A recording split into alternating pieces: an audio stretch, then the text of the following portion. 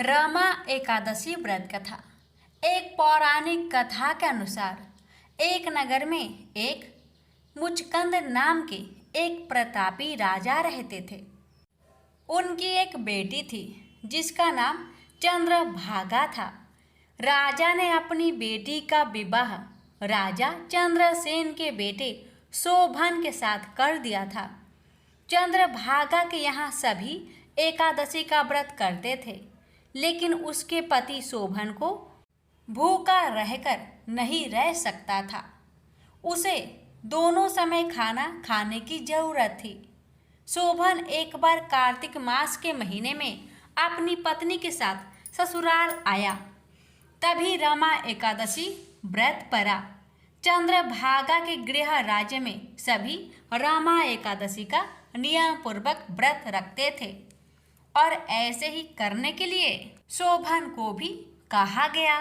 शोभन इस बात को लेकर परेशान हो गया और बोला कि वह एक पल भी भूखा नहीं रह सकता, तो वह रमा एकादशी का व्रत कैसे करेगा।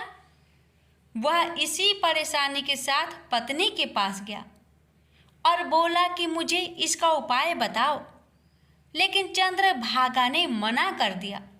उसने कहा कि अगर ऐसा है तो आपको राज्य के बाहर जाना पड़ेगा, क्योंकि राज्य में ऐसा कोई व्यक्ति नहीं है जो इस व्रत का नियम का पालन न करता हो।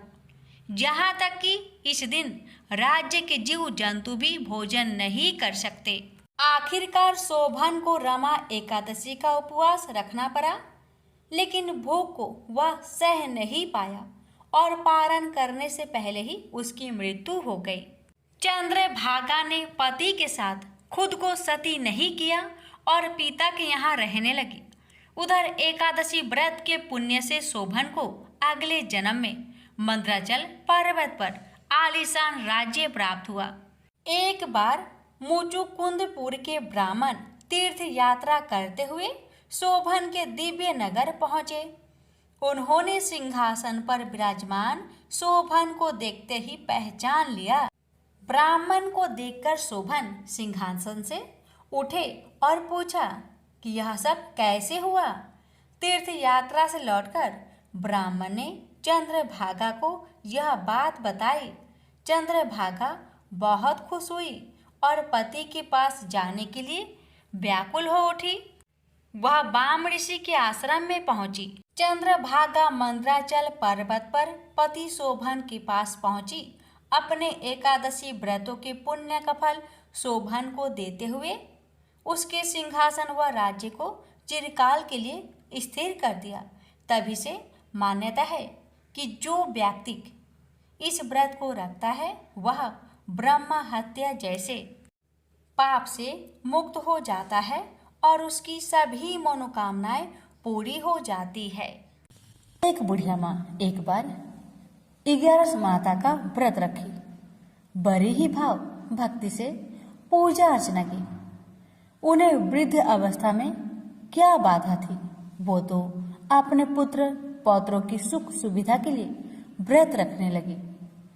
वे दिन भर तो जरा कठोर मन करके अपनी प्यास को रख रही।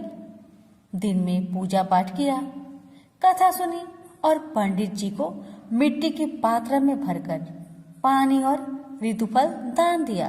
दोनों भर भर कर बूरा वितरण किया। उन्हें गर्मी के कारण बहुत बेचैनी हो रही थी।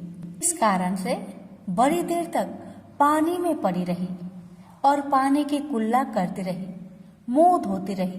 तब कहीं थोड़ा बहुत धैर्य बंध पाया। धूप तो तेज पड़ रही थी, इस कारण बार बार मुंह सूख रहा था। बूढ़ी माँ बहुत बेचैन हो रही थी। एक बुढ़ापा और दूसरे ये भयंकर गर्मी। वृद्ध अवस्था की स्थिति तो कुछ दूसरे ही प्रकार की होती है। ऐसे तैसे रो धो के दिन कट पाया। अब पहाड़ सी रात सामने थी। उसका काटना बड़ा ही कठिन दिखाई दे रहा था। खटिया पर पड़े शांति नहीं मिल रही थी। वे बार बार करवट बदल रही थी। अनेक बार वो बाहर जाती और भीतर आती। उन्हें घर के अंदर शांति नहीं थी। वे पड़ी पड़ी एकादशी माता का स्मरण करती रही। वे कहती रही कि हे माता जी, आप मेरी लाज रखेगा, आप ही मुझे शक्ति दे दीजिएगा जिससे मैं भली भांति आपका व्रत कर सकूं और ये पहाड़ सी रात शांति पूर्वक व्यतीत हो सके। प्यास के कारण बूढ़ी माँ की बेचैनी तो बढ़ ही रही थी। उन्होंने धैर्य रखने का बहुत प्रयास किया, किंतु सहनशीलता की सीमा टूट गई और वे घबराकर एकदम चिल्ला पड़ी। बोली, बचाओ बचाओ बचाओ। अम्मा का चिल्लाना सुनकर परिवार भर के नर नारी, बच्चे और पड़ोसी एकत्रित होकर बूढ़ी अम्मा की खटिया के समीप पहुंच गए। सबने पूछा, अम्मा जी, आपको क्या हो गया? आप क्यों चिल्ला पड़ी है? आप इस वृद्धावस्था में ये कठिन व्रत क्यों कर रही हैं? अम्मा जी ने कहा, शक्ति से ही भक्ति होती है। थोड़ी ही देर में वे फिर से बोली कि अरे, हमारे प्राण तो ही निकल जा रहे हैं। मेरी छाती पर ठंडे पानी का घड़ा रख दीजिए। नातियों ने दादी की छाती पर ठंडे पानी का पात्र रख दिया। तब कहीं उन्हें थोड़ा बहुत आराम मिला और थोड़ी देर के लिए उन्होंने अपनी आंखें बंद कर ली। एकादशी माता ने सोचा कि ये बूढ़ी अम्मा है तो बहुत कठोर, जरा जाकर उसकी परीक्षा लेनी चाहिए। वे आधी रात को मुर्गा बनकर टेर लगाने लगी। मुर्गा की आवाज सुनकर दादी जल्दी से उठी और बाहर जाकर आसमान की ओर देखा, किंतु आसमान में कहीं उन्हें प्रातःकालीन तारा दिखाई नहीं दिया। वे सोचने लगी कि ये मुर्गा क्यों और कैसे बोल गया है। ये तो आधा रात मालूम प्रतीत होता है। उन्हें प्यास तो बहुत लग ही रही थी। थोड़ा बहुत उनका मन भी विचलित होने लगा था, किंतु अंत में उन्होंने दृढ़ निश्चय किया कि मैं अब व्रत को पूर्ण करके ही छोड़ूंगी, चाहे कुछ भी हो जाए, मेरा प्राण ही क्यों ना निकल जाए। ये सोचकर फिर वे खटिया पर शिथिल होकर सो गई। थोड़ी ही देर में एकादशी माता ने उनकी फिर से परीक्षा लेनी चाहिए। एक छोटी सी बालिका एक गिलास में शरबत लेकर उनके सिरहाने खड़ी हो गई और जोर से बोली, दादी जी, सवेरा हो गया, हाथ मुंह धोकर शरबत पी लीजिएगा। पहले तो शरबत का गिलास देखकर उनका मन ललचाने लगा, किंतु अचानक व्रत का स्मरण हो आया और उन्होंने सोचा कि मैं किसी भी प्रकार से अभी शरबत नहीं पी सकती हूँ, और वे शांतिपूर्वक अपनी खटिया पर लेट गई।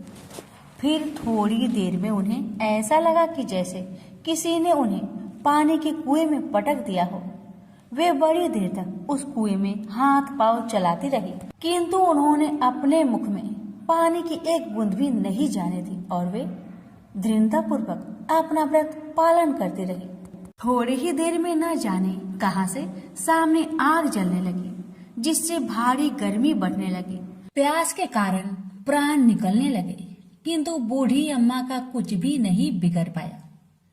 वे जहां की तहां मुस्कुराती हुई बैठी रही। थोड़ी ही देर में बाहर प्रकाश दिखाई देने लगा। ऐसा लगा कि जैसे सवेरा हो आया।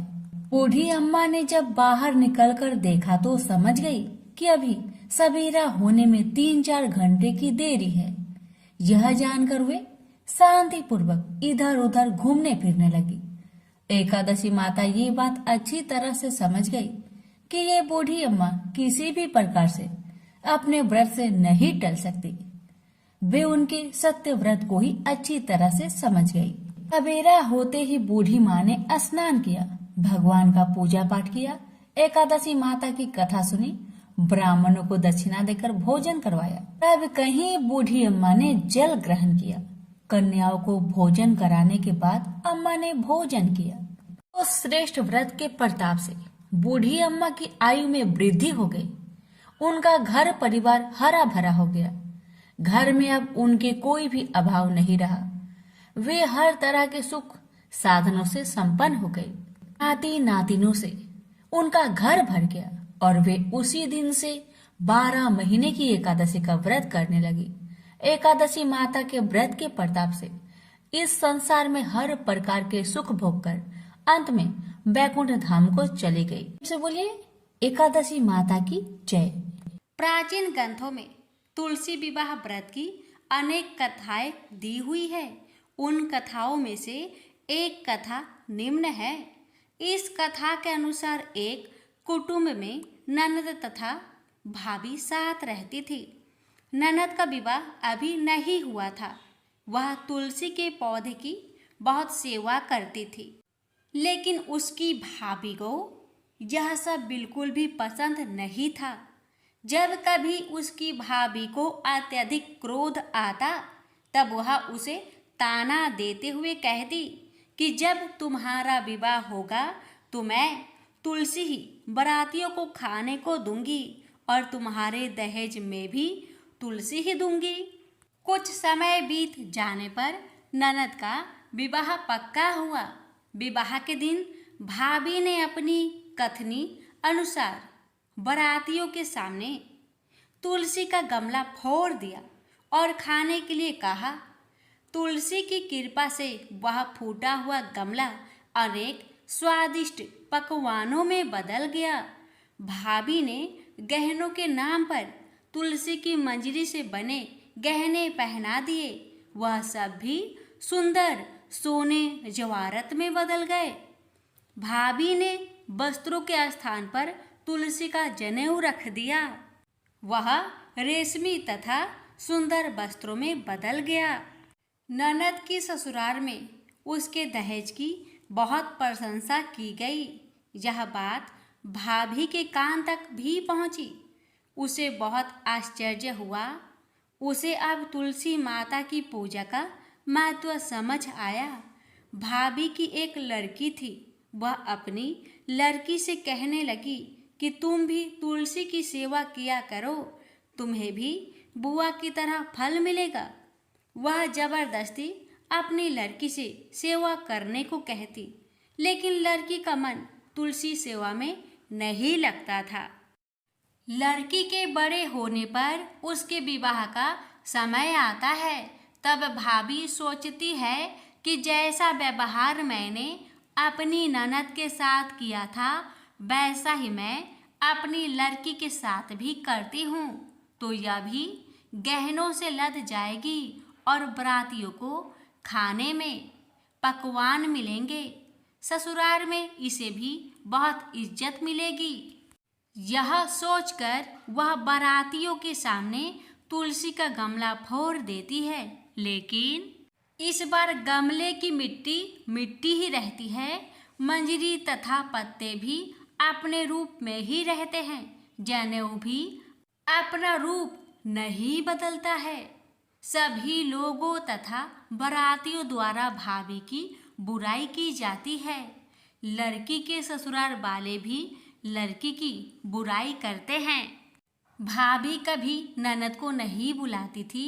भाई ने सोचा मैं बहन से मिलकर आता हूँ। उसने अपनी पत्नी से कहा और कुछ उपहार बहन के पास ले जाने की बात कही। भाभी ने थैले में ज्वार भरकर कहा कि और कुछ नहीं है, तुम यही ले जाओ। वह दुखी मन से बहन के पास चल दिया। वह सोचता रहा कि कोई भाई अपने बहन के घर ज्वार कैसे ले जा सकता है। यह सोचकर वह एक गौशाला के पास रुका और ज्वार का थैला गाय के सामने पलट दिया। तभी गाय पालने वाले ने कहा कि आप गाय के सामने हीरे मोती तथा सोना क्यों डाल रहे हो। भाई ने सारी बात उसे बताई और धन को लेकर खुशी खुशी अपनी बहन की घर की ओर चल दिया। दोनों भाई बहन एक दूसरे को देखकर अत्यंत प्रसन्न हुए और भाई ने अपनी सारी कहानी अपनी बहन को सुनाया कि कैसे तुलसी माता की कृपा से ज्वार के दाने सोने चांदी हीरे मोती में बदल गए। बहन ने कहा, भैया तुलसी माता की महिमा बहुत निराली है। भाभी से जाकर कहना कि भाभी भी तुलसी माता की पूजन किया करे। तुलसी माता की कृपा से हर मनोकामना पूरी होती है। प्रेम से बोलिए तुलसी मैया की जय। हे तुलसी महारानी, आप अपनी सभी भक्तों पर अपनी कृपा सदा सर्वदा बनाए रखना। आपकी कथा सुनने वाले, हुक्कार भरने वाले और कथा कहने वाले पर अपनी कृपा सदा सर्वदा बनाए रखना।